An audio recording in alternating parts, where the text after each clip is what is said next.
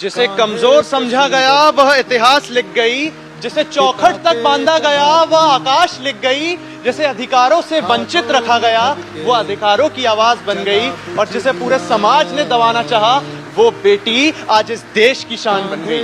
Greetings everyone.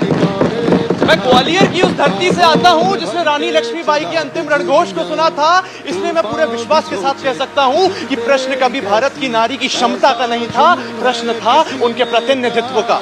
आज हमारी नारियां हर उस क्षेत्र में आगे बढ़ रही हैं जिसे कभी पुरुषों का क्षेत्र कहा जाता था। Ruchira Kamboj became the first women representative to the United Nations, which shows the confidence that new Bharat places in its women.